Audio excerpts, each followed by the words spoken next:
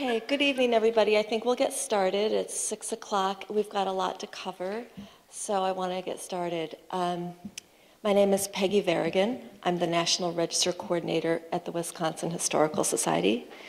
And we are here tonight because we're going to nominate 3 historic districts to the National Register of Historic Places. And tonight we're wrapping up this process. We're going to take these districts to our review board. And so as the tail end of the process, we come to the community one more time and we give a presentation about the district, and it gives people a chance to learn about it if they hadn't yet. So as I mentioned, we do have 3 districts, the Lake Mills Downtown District, Mulberry Street, and South Main Street. Those are both residential districts. And we're going to have a presentation on each of those tonight. So my presentation is about the National Register in general. And I'm curious if people are familiar with the National Register. Sort of, yes. I'm trying to decide how quickly I should go through this. But of course, if you have questions at the end, I'm happy to answer questions. So even if I'm sort of going through maybe too quickly, there will be plenty of time for questions. Okay, so the National Register program, most people are familiar with the program as the mechanism to recognize our most iconic buildings. So, for example, the Capitol. But what people don't often realize is that it's designed to recognize the buildings in our communities that make our communities special, that make them unique, that make them different from any other community.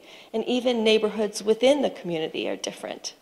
And so the National Register accommodates that. And so we can nominate and list lots of different types of buildings to the National Register.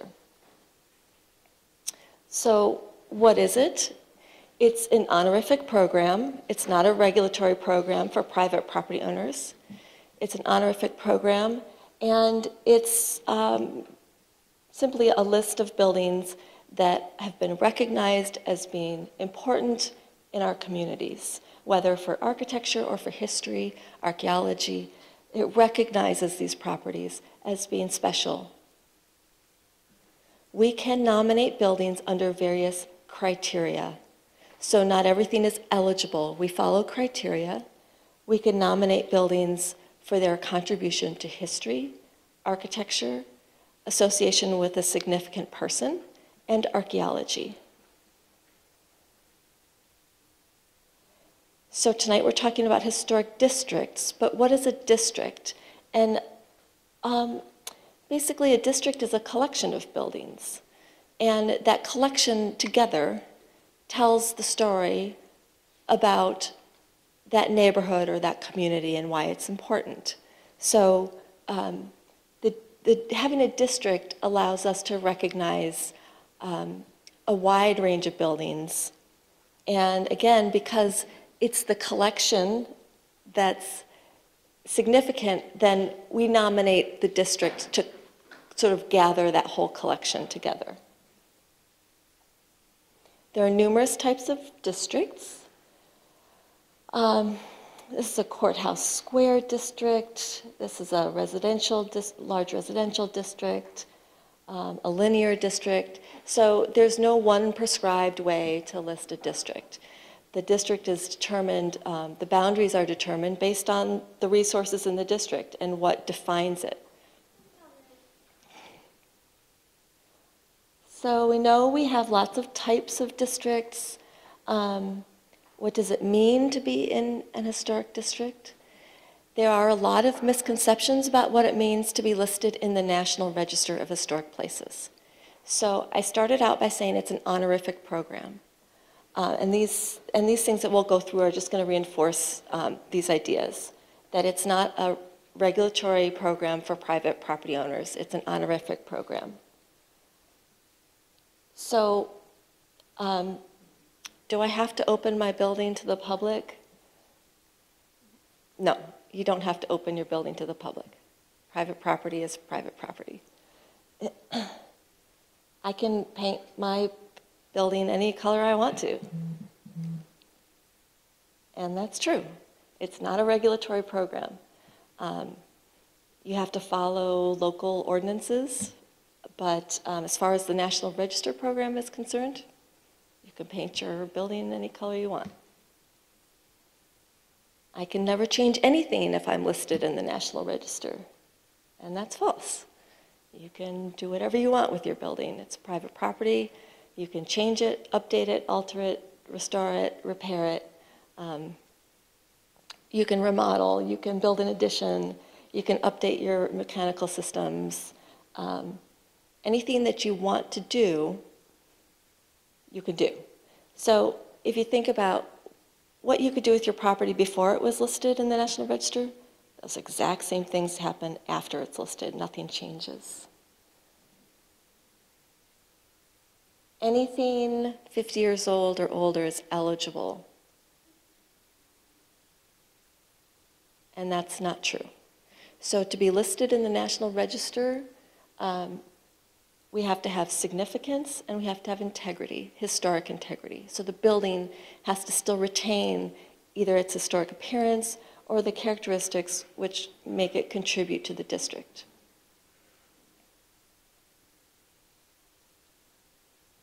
So it's not regulatory. So people ask me, I get phone calls, so why should I bother? And there are a lot of different answers to this question. But often it's because people have pride in their communities, they have pride in their house, their business, their downtown, their farm, and it's important to them to be recognized for their historic property. As you saw before, not everything is eligible for the National Register. So it's really unusual. Most buildings are not eligible. So people like to have that honorific recognition. But also in communities, it facilitates economic development. You know, that recognition that's brought to a community because they have an historic district, that brings people. People like to come to communities that have quaint downtowns or quaint neighborhoods. And so communities can use National Register listing to facilitate economic development. It can also use tax credits, which again helps with that economic redevelopment. Tax credits are only available, rehabilitation tax credits are only available to property owners whose buildings are listed in the National Register. So it's a program specifically for property owners in districts or who own historic buildings on the National Register. The Rehabilitation Tax Credit program is not an entitlement or a giveaway program. It's an incentive to do good preservation work on your building. And because tax credits are considered public money, not private money anymore, my office reviews that project before work starts. So we do have a program for income-producing properties. It's a 40% credit on eligible expenses for doing a substantial rehabilitation.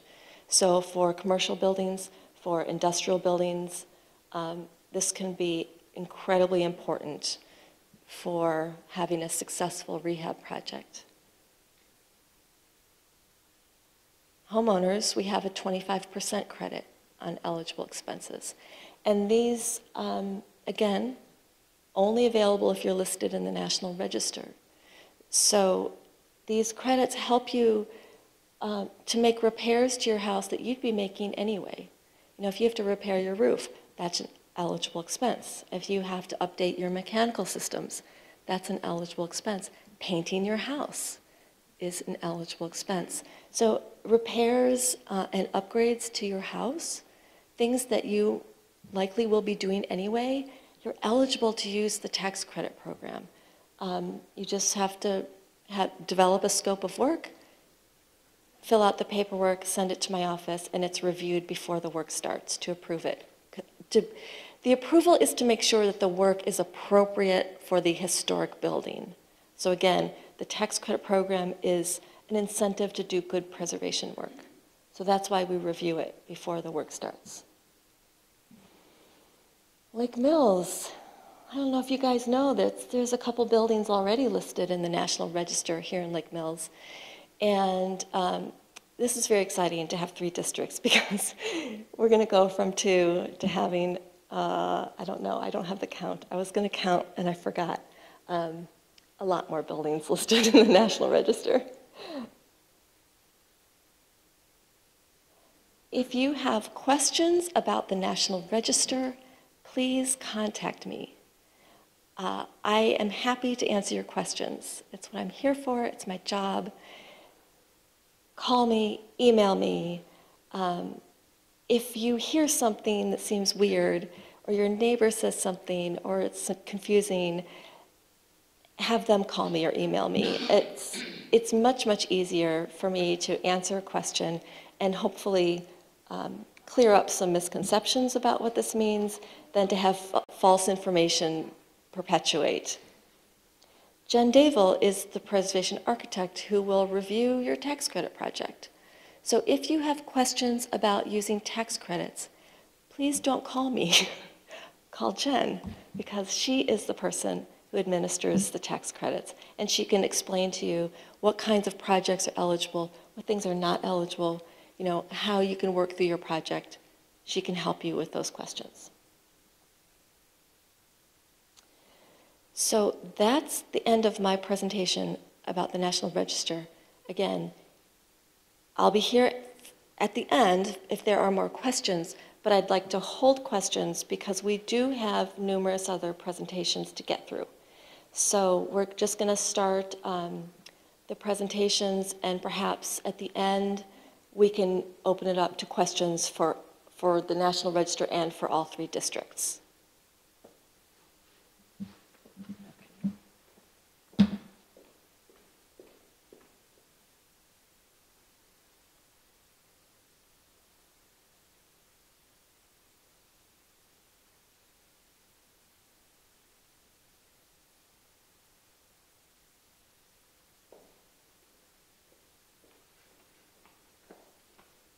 Okay, so we have 2 consultants who wrote the nominations for these districts, and they're here tonight, and they're going to talk to you about the different districts and what they found, and talk to you about the history and the architecture in the districts. So we're going to start with Tim Hegland. We also have Angela from Mead and Hunt. Where are you? Oh, there you are. So we're going to have them come up and talk about the districts that they wrote the nominations for. And so, Tim, we'll start with you.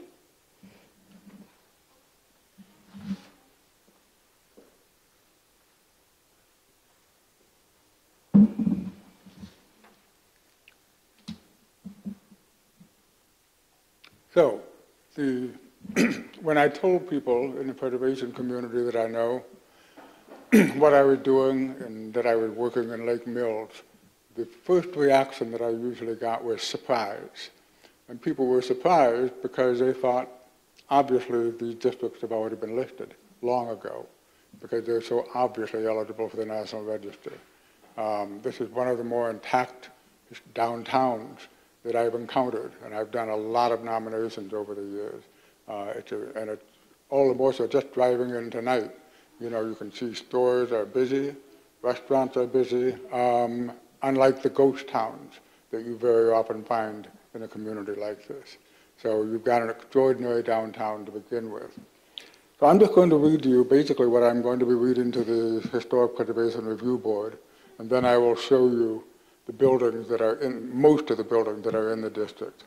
So the Lake Mills Downtown Commercial District contains a group of historic streetscapes of 19th and early 20th century commercial buildings that surround 2 sides of a triangular block known as the Common Park. And these buildings constitute the still intact historic business center of the city of Lake Mills. Individually, the 38 contributing buildings in the district are very good brick or limestone clad examples of the Italianate, Queen Anne, Romanesque Revival, Richardsonian Romanesque Revival, Neoclassical Revival, and 20th century commercial styles, and the commercial vernacular form. Several of these buildings are fine examples of the work of important Madison, Milwaukee, and St. Paul architectural firms, but a larger group was designed by Lake Mill architect builders John Hunziker and Edward N. Hitchcock, whose buildings are fully the equal of the work designed by their better-known out-of-town counterparts. Collectively, these buildings have a significance that is even greater than the merit they possess individually, because they are not just the most intact group of surviving historic buildings in Lake Mills that were associated with the community's historic retail stores and other service-oriented commercial enterprises. They actually make up a large percentage of all the buildings that have ever been associated with the city's commercial history. So, we'll be going essentially in chronological order. And what am I pressing towards? That, maybe. Okay.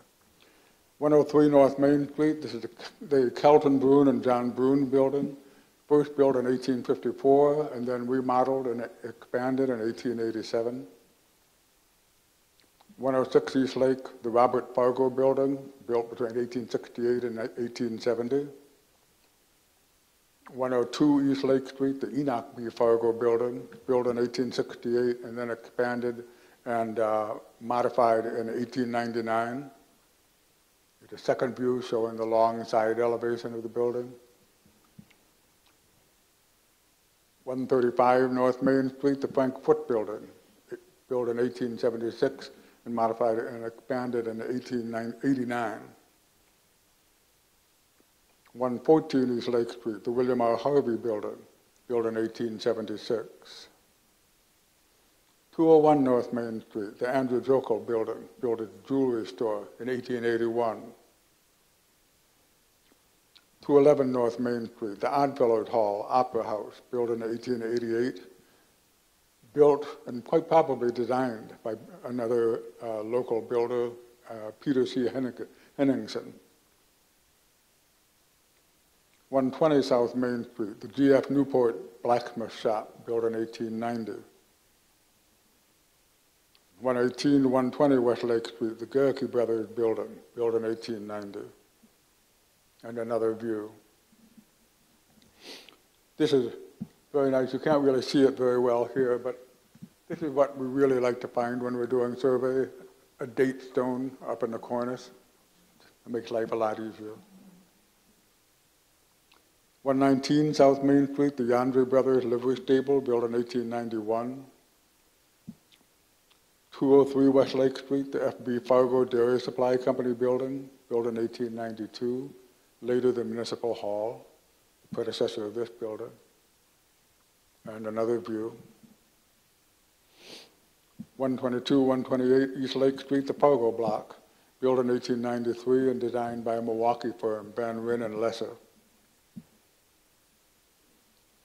123 North Main Street, the Frank Millard building, built in 1893. Circa 115 North Main Street, the George H. Bruns building, built in 1895. It's a hardware store, and it was designed by John Hunziker. And John Hunziker, by the way, interesting fella. Born in Huddleton, Wisconsin. Father, Jacob, was a carpenter contractor himself. Apparently, he apprenticed, as many people in that day did, with his father. Became a carpenter contractor, became a specialist in making interior woodwork. And then gradually he moved here, and over a short period of time he began designing buildings. And he did exceptionally well. He designed really good buildings. This is being a good example, and you'll see a couple more in a second. And in 1903 he pulled up stakes and he moved to Eugene, Oregon, where he finished his career, became actually the most prominent architect in Eugene, Oregon, did, so far as we can tell, maybe 130 buildings or so in that city. 103, 105 North Main Street, the Ernest A. Williams building, 1895, another designed by John Hunziker. Yeah, all right, this is 118 South Main Street. This is the William Klein Wagon Shop, built in 1900. It was later, originally it was just the right 3/4 of the building, and then the last quarter was added on in 1900, not long afterwards. 107 North Main Street, Greenwood State Bank, built in 1883 as a one-story building, and then in 1900 remodeled and enlarged in sort of a German Renaissance revival style by John Hunziker. 125 South Main Street, the Dodge Creamery Company office building, built in 1903, designed by Claude and Stark of Madison, a very prominent architectural firm in this city, best known for the Prairie School style buildings. But this shows how I wish that we had better information about who actually designed a lot of the buildings in these historic districts, because a lot more of them, I think, are architect designed than we would imagine. I would never have thought that this was an architect designed building. 107 South Main Street, the Joseph Statz building, built in 1903. 120 East Lake Street, the C.F. Greenwood building, built in 1904. And right next door to that at 116 is the Charles Kuhn building, also built in 1904. Both of these buildings, it's really a double block, but it was owned by two people. And it replaced the building on exactly the same site that looked very much like this, that was burned out in a fire in the year before. 121 West Lake Street, the Cook and Buchanan Company building, built in 1904, designed by local builder / architect Edward Hitchcock. Another view, a very nice building. This is 112 South Main, Robert and Enoch J. Fargo block, 1907. And a second view, 202 South Main, the Cook and Buchanan Company building, built in 1909, had a number of short-term occupants before it became part of the Lake Mill Shoe Factory. 108 110 East Lake, the Oscar Hildebrandt building, 1910. This is the one that I was hoping to get your help to find out, and I finally figured it out. 113 West Lake Street, the Otto Gericke building, 1915. 117 South Main Street, the Mueller Brothers building, built in 1914, the House and Agricultural Implement Company. 109 South Main Street, the Paul Gericke building, built in 1939. One of the city's finest buildings, 117 North Main Street, the Greenwood State Bank, built in 1921, designed by the A. Moorman and Company of St. Paul, Minnesota, who were bank specialists. They built banks all over the Midwest. And this is one of the best ones that I've come across. 109 North Main Street, the Lusau building, 1923, built at a meat market. 130 East Lake Street, the Louis Kuhn building, 1929. 200 South Main Street, the Lake Mill Shoe Factory, built in 1931 and expanded in 1936. Another view. 114 South Main Street, Herman Oldschlager building, 1948, built for dry cleaning establishment. 129 South Main Street, the American Legion Hall, 1950. The Pyramid Cafe at 131 North Main, built in 1950. The American Legion hamburger stand, built in 1953 at 133 North Main, next door. And then finally, the non-contributing Franklin Ells Memorial Bandstand in the park, built in 1994. So that's the downtown district. And as I say, I've done any number of downtown districts, but this is certainly one of the finest ones I've ever done. And I think it's totally appropriate that it goes on the National Register. So the Mulberry Street Residential Historic District, very different in size, but not in quality.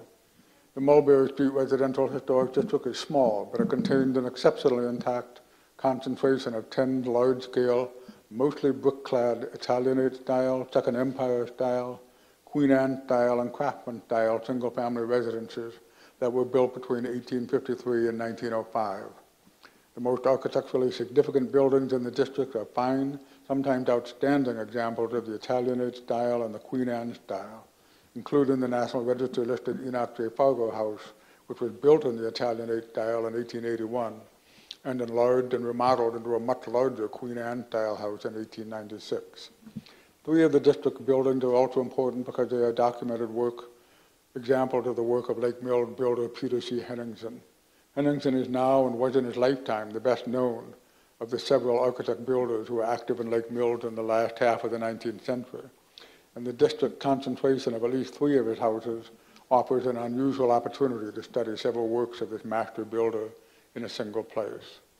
In addition, the district is also of historical significance to the city of Lake Mills because 5 of the contributing houses in the district were built for and first occupied by members of the Fargo family. Members of this family first arrived in Lake Mills in the early 1840s, and their collective entrepreneurial activities were instrumental in the development of Lake Mills and in creating institutions that still play an important role in the life of the city today. This is the George Griswold house, built in 1853. Again, we're going more or less in chronological order. 409 Mulberry Street. Classic example of an Italianate style house. Another view, and another view. And like most of the houses in the district, this is awfully intact. It's surprisingly intact for a house that is this old. This is out of sequence. We'll get back to that. The Robert Fargo house, built the next year in 1854, 425 Mulberry Street. Another view, and another view. A very different take on the Italianate style, but Italianate nevertheless. 512 Mulberry Street, the second Robert Fargo house, built across the street in 1869, supposedly the design of a Milwaukee architect, but the Milwaukee architect is unidentified, so we don't know who that was. And again, another classic example of the Italianate style. The tall windows, the heavy brackets over the windows, etc. The cupola up on the top of the roof, which has been rebuilt, but it's what the original one looked like as well. 422 Mulberry Street, Frank Fargo house, Peter Henningsen was the builder. Started smaller, not much smaller, in 1877. Without the tower, this is the original block of the house. The original back L was 1 story and significantly smaller than what we see today. And then in 1896, he began a new building campaign. That's when the tower came. That's when the part of the rear was increased in size. And also, when you see historic photos of this house, and I hope you all have, this house originally had an enormous wraparound front porch that covered the whole first floor and a part of the second floor of the tower as well. In a perfect world, somebody would restore that because it would be spectacular. Another view. So the whole first story was originally covered over basically by this enlarged porch. And another view. And here you begin to see something of the size of the house. And another view from the side. And 322 Mulberry Street, the Hans J. Anderson house, built in 1879. And Anderson, his wife was a daughter of Lorenzo Fargo. So in a sense, this is another Fargo family house as well. And another view, and another view. I don't know whether that cast iron fence is original to the house or not. But again, beautifully intact, beautifully clean. It's a lovely house. And then this is back to the house that I skipped past earlier, 323 Mulberry Street, the Dr. David and Fanny Earl house, built in 1893. Another house built by Peter Henningsen. And a classic example of Queen Anne style design. Everything you would want in a Queen Anne style house is here. The tower, the variegation of building parts, the front porch. You know, when you say Queen Anne, this is exactly what most people have in their mind. And then you have this, 406 Mulberry Street, the Enoch J. Fargo house, which started out life in a large 2-story Italianate style house, much simpler in design than this, but again, a substantial house built in 1881. And then 1890, it was purchased by Enoch Fargo, who began a building campaign at the same time that his brother, Frank Fargo, decided to expand his house. Enoch did the same. So they had a friendly, well, I hope it was friendly, rivalry. And the result is really one of Wisconsin's most spectacular houses. This is just an extraordinary house, already listed in the National Register of Historic Places. Another view. So what he had, he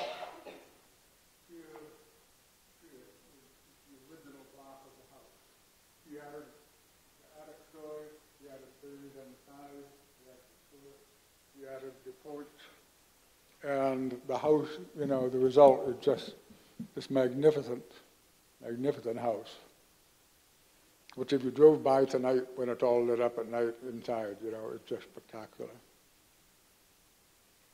And then a little further down the street, this is 310 Mulberry Street, another classic example of Queen Anne style design with the same corner tower. You know, you can see sort of the lineage with that and that. You can see the similarities. And this was designed by John Hunziker, the architect. And the first owner was Reverend John G. Zimmerman, who was a minister in Baraboo, who retired and moved. Actually, the first mention I ran across of him was that he buried his wife here. So I don't know if his wife was from Lake Mills originally or not. And then subsequently he moved here and with his two daughters purchased the house, which I think was built on spec. I don't have any documentation that suggests otherwise. And then lived here for a number of years. Second view. And another view. And then, I'm going to jump ahead again to the E.C. Sackler house at 205 Oak Street, built in 1904. The last Queen Anne style house in the district. And without the tower, but you can easily imagine a tower and plug down to the corner there with a porch, and you can see the similarity. But it's a simpler design, which is what happened with the Queen Anne style house. It began slowly become more classically derived, less elaborate. And then the last house this was built a year later, the Sumler Reed House, 417 Mulberry Street, craftsman style house, inspired by Tudor Revival designs.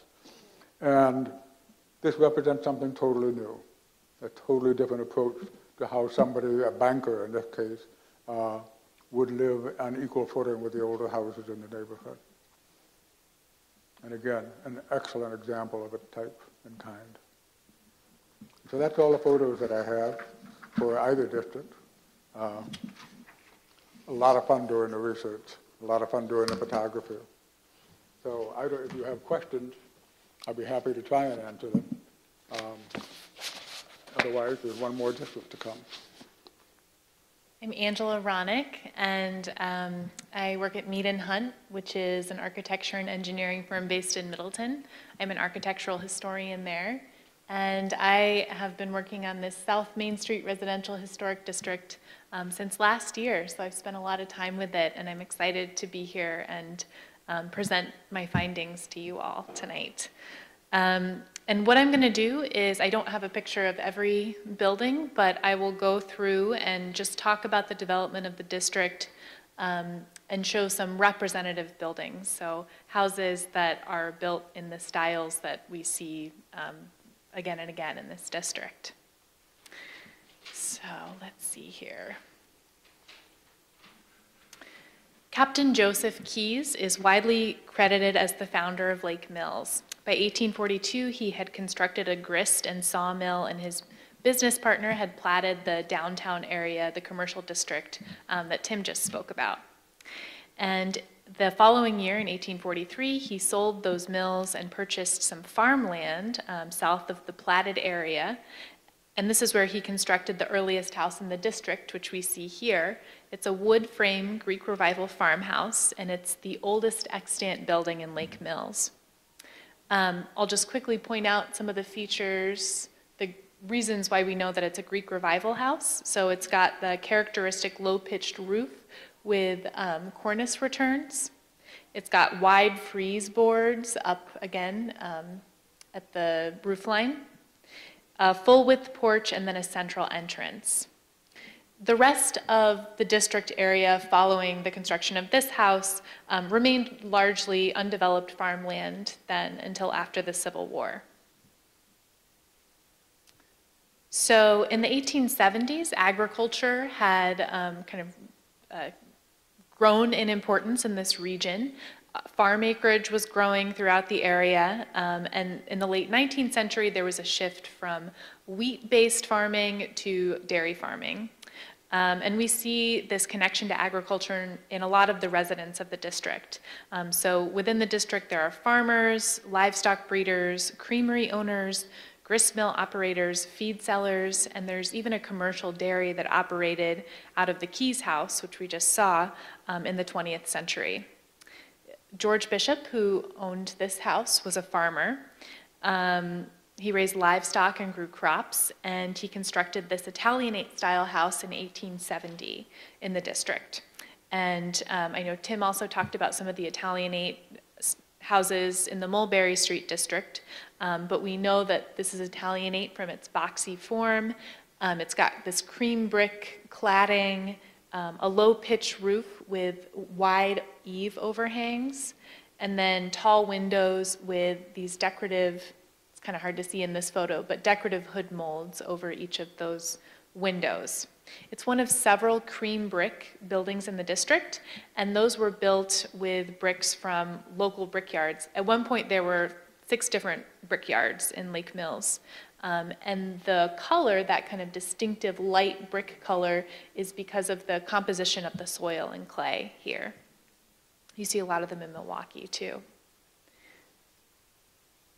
And then I just included this to show this is a bird's eye view from 1879. And so the houses that are labeled, we've got the Keys House, the Bishop House, which we just saw, another house that's in the district nomination. And then the other houses you see here are no longer extant. So they have been replaced with other houses. But you get a sense of the development as of the late 1870s. In the 1880s and 1890s, Lake Mills experienced a period of great growth. And this was largely driven by, or at least driven in part by the Chicago and Northwestern Railroad. They built a line and a depot that ran south of the district, and that was completed in 1882. And that really boosted the local economy.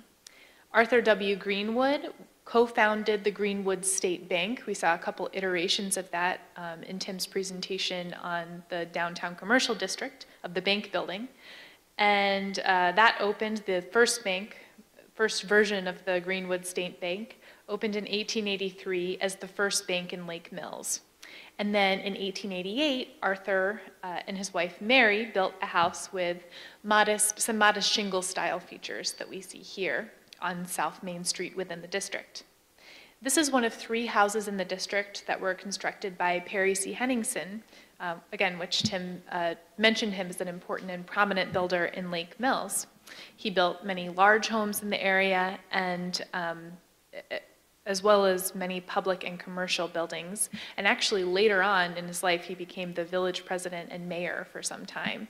So he was a prominent person in Lake Mills. By the turn of the 20th century, the district, with its proximity to the downtown commercial area, as well as that railroad line and depot, became a very popular place to live, and it filled with large Queen Anne houses. So this is the Charlotte C. Williams House, and it displays Queen Anne features in its irregular roof line with king post details. It also has 2-story projecting bays, as well as brick corbelling, which is some of these like just little decorative brick details that you see along the edges of the bays, and an off-center entry porch. And then this is the Clara Schultz house, and again, we see the Queen Anne style here. It's got multiple intersecting gables on the roof line, decorative barge boards on those gables and king finials, and then also it's got an asymmetrical wraparound porch and bay windows.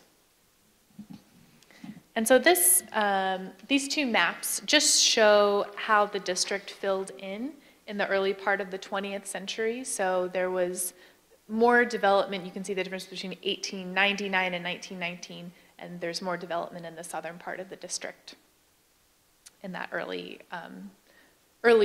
1900s.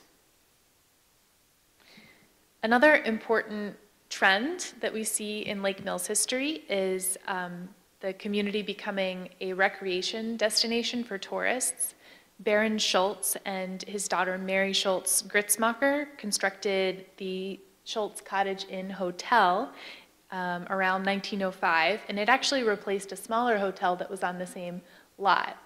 And so this kind of represents that history, and it is one of the best examples within the district of the neoclassical revival style. We see that mostly in this full-width, two-story raised platform porch with Doric column supports and a dentiled cornice, which is hard to see here. And then the other really wonderful example of the neoclassical revival style in the district is the Dr. J Stair, Jeremiah and Sarah Stair house, which we see on the right here. And this displays a very similar porch. And then it also has a wide frieze, as well as a two-story box bay on the side, and then transom windows on the first floor facade. So those are its prominent neoclassical features.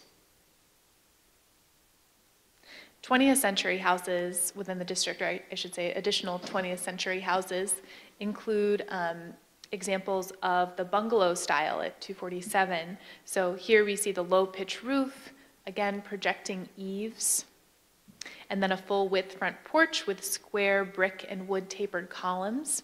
Right next to it, to the right, is a great example of the American Foursquare style. It's a boxy two-story plan. It's got a hip roof, a central dormer window at the top, and overhanging eaves again, and a full width porch. I also wanted to show a couple examples of houses that don't fit quite as neatly into styles, but are still beautiful and really interesting architectural examples. So this is the Victor Ravenhill house. Lake Mills incorporated as a city in 1905, and Victor Ravenhill served as the city clerk. He and his wife Emma lived in this house.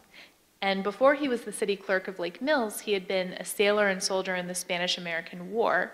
And the kind of legend is that he designed this house with that curved, really unusual curved facade to represent the prow of a ship. It's also got some modest neoclassical features. And then this is the Lou Crump house, and it displays, particularly in that front porch, some modest prairie-style features.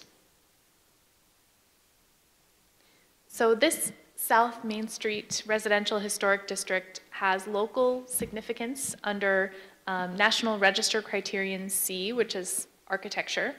And really what that means is that it's a cohesive collection of large, intact, architecturally detailed homes. There are 23 contributing resources, or residences, and they represent the most popular residential architectural styles in Wisconsin from the 1840s all the way up to about 1920.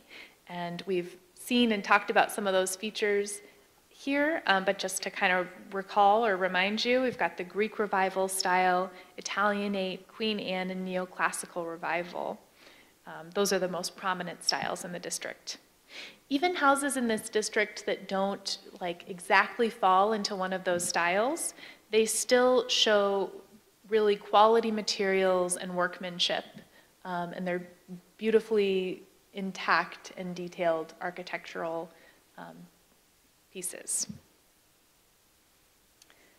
The contributing buildings retain their historic form and massing, their window configuration, and a high degree of architectural detail. There are only 5 non-contributing buildings in the district, so these are buildings that were built later or have been significantly altered. The setting, feeling, and association of homes in the district remain true to their configuration, appearance, and character in the early 20th century. And really what that means is that if a homeowner from 1920 walked through the district today, they would completely recognize it. Overall, this is a very impressive collection of homes, and it really serves as a time capsule of historic architecture in Lake Mills. This is very exciting. Congratulations on these 3 districts. This is the first time I've been in a community where we have done 3 districts. This is awesome. So good job, you guys. And very exciting. And our review board's on the 30th, and so that's our next step. But if you have any questions, I'll grab my cards and I'll put them on the little table. If you guys didn't sign in, remember to sign in on your way out so that we have that info. Thank you very much, everybody. Thank you.